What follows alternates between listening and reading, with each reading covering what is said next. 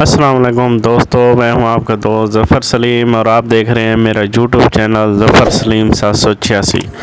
तो दोस्तों, आज हम आए हुए हैं खेत में। तो खेत को हम करने लगे हैं लेज़र के साथ ज़ीरो लेवल, यानी कि उसको बिल्कुल बराबर करने लगे हैं। तो आपको दिखाते हैं ये कैसे होगा और ये लेज़र सिस्टम जो लगाया हुआ है ये कैसे काम करता है, सारा कुछ आपको दिखाते हैं। हमारे साथ रहें।